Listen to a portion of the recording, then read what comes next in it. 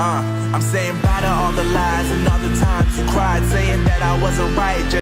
If you're looking for a great place to buy your toys, Cokiss has a great range of figures, including your favorite ones from Hiya Toys like Godzilla, King Ghidorah, the female Muto. Get 6% off in all your purchases with my discount code. Use RubiCokiss to get all your favorite figures much cheaper than anywhere else with fast shipping. Link in the description down below. This also means you don't have to wait for those long releases from the US. You can get everything much faster and exactly the same time that Hiya Toys releases their figures from their end. So what are you waiting for? Use the link in the description, apply the code to get everything much cheaper. It's highly recommended. Thank you for watching the video. Today's video we want to do a comparison between MonsterArts Kong and Hiya Toys Kong 2024 to see the differences and ultimately which one really is the better figure. Before the video starts, I understand there's opinions. My opinion can vary from yours, but there's a difference when it's an opinion and an actual fact. So we'll try to do a little bit of both, give you my opinion and the actual facts between both figures. One of the major differences between both figures has to be size. MonsterArts Kong is on the smaller end, while Hiya Toys is a significantly taller and more beefier Kong when you compare both of them side by side. Another factor would be Hiya Toys is offering you more accessories for your money. In return, you're getting more value with Hiya Toys.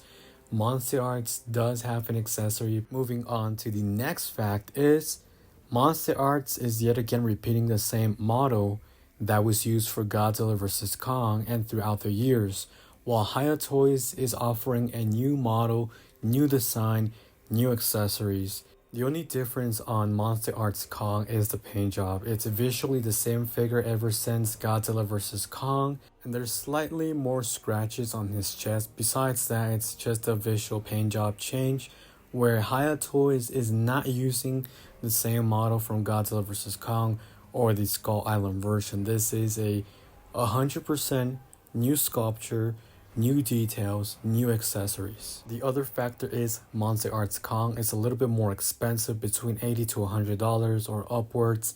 Hiya Toys is $51 and above plus shipping, depends where you purchase it, but it is significantly more cheaper. Now let's move on to my opinion. Visually, both of them look significantly different, although they're supposed to be based on the same model from Godzilla x Kong. If I was given the option to choose one between both of them, I would go with Hiya Toys. Visually, it's the one that represents the 2024 Kong closer in my opinion. Looking at the face expression, both of them are definitely nice. They have nice details, but Hiya Toys simply outmatches in every single area the MonsterArts version. There's a more expression. It feels more alive. You can see the anger, the power behind that face, behind his movement, while MonsterArts looks more stale. Now take a look at the paint job. MonsterArts has a decent paint job. The teeth look okay, the gums. But then when you compare it to Hiya Toys has a more realistic tone to the paint job. The gums look much better, the teeth, everything is simply way better on Hiya Toys when you do compare both of them side by side. Also, I want you to look at the fur or the hair, whatever you want to call it. There is a visual difference as well. On Hiya Toys, everything seems to be more sharper. It just seems like it's more three-dimensional, while on MonsterArts, the fur, the beard throughout his sculpture seems more flat. Now, a lot of people would argue, well, MonsterArts simply has more articulation. Wait a second, buddy, that used to be in the past. Because according to Hiya Toys, and you can visually see this, it's definitely received a boost when it comes to articulation. I'm looking at both, and surprisingly, Hiya Toys might have more articulation. It's mind-blowing because the original Godzilla vs. Kong figure was very limited when it came to movement. It felt more like a statue than an articulated figure, and that just shows how far Hiya Toys has come throughout the years. They're willing to improve and listen and actually deliver a significantly superior figure in all aspects. For example, this picture, look at the legs, look at the ankles. It's almost identical to the same articulation MonsterArts is using, except Hiya Toys has an additional cut, an additional section.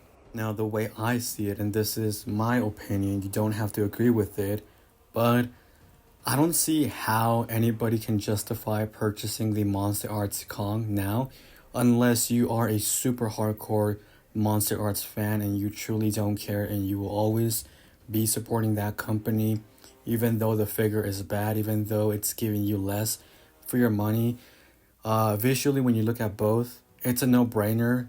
The better and the more accurate figure has to go to Hiya Toys for their Kong 2024. Now, it might seem like I'm praising Hiya Toys way too much, but I honestly don't see any reasons to pick up the MonsterArts version anymore.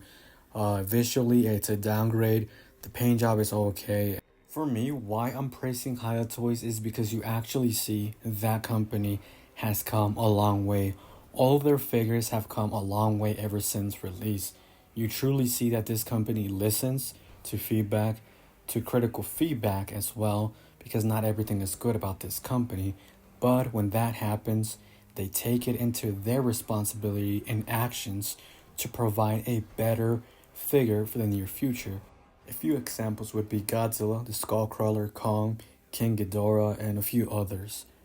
Even though we've seen multiple versions, they always find ways to improve articulation, the ball joints, or visually upgrading the sculpture to be more accurate, more detailed than ever before. And that's something that most companies don't do. Usually all companies use the same mold because it saves a lot of money. And in the comment section down below, I've noticed in the previous video that a lot of people were saying, where's the Beast Club? Where is this? Where is that? Well, usually this is what happens.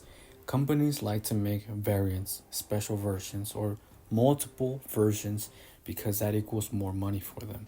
And this Kong would be considered the very first appearance of him in the movie. That gives Hiya Toys the opportunity to deliver the first ever seen Kong that you see in the movie, and then the final version. The final version would be the Beast Club Kong, where you see him with more upgrades, and visually they can do a lot with that figure. They can add some battle damage, little effects here and there, and that opens up the door for more special and badass things to happen from the first ever release. It always happens, I've told you.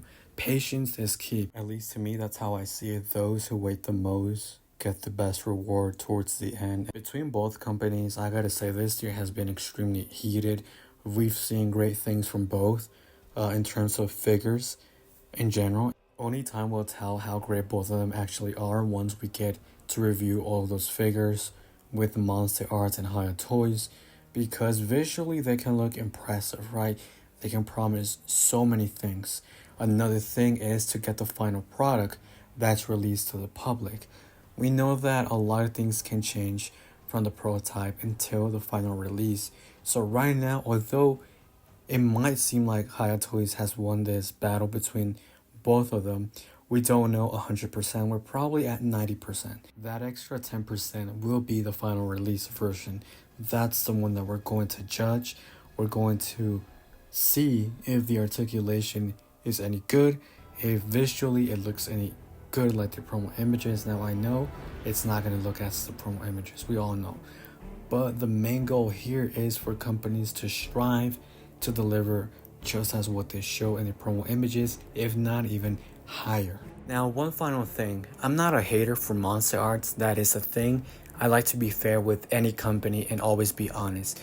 Right now, I currently view MonsterArts as the weakest company, the one that's not really trying. Despite that, I really hope that someday in the future, they get their shit together and deliver the highest quality possible, like they used to be known for. The best articulation, the best details.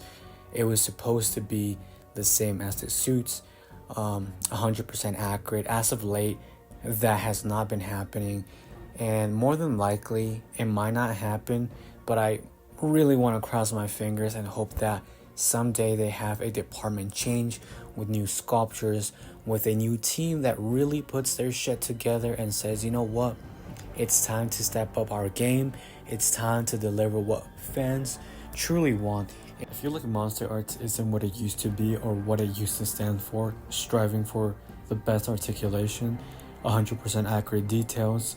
It's supposed to look like it came from the movie. I think MonsterArts is going through an identity crisis. It's lost its identity from what it used to stand for. And that's why it seems like they're not really trying or, doing anything at all, because they're not learning from their mistakes. Other companies learn from their mistakes and they strive to deliver the best quality to customers, and because they care to be the very best company out there. This is a competition. Competition is healthy, and I talked about it already. Without competition, no other company would truly strive to be the very best. MonsterArts should really admire what Hiya Toys has done in such a short amount of time. That should motivate them to want to continue and deliver even better to surpass what they used to stand for and surpass Hiya Toys. Anyways, that's it for this video. In the comments down below, keep it friendly. And by friendly, I mean don't be fighting over ridiculous things that make no sense. It's okay to have opinions. We're all in this community together.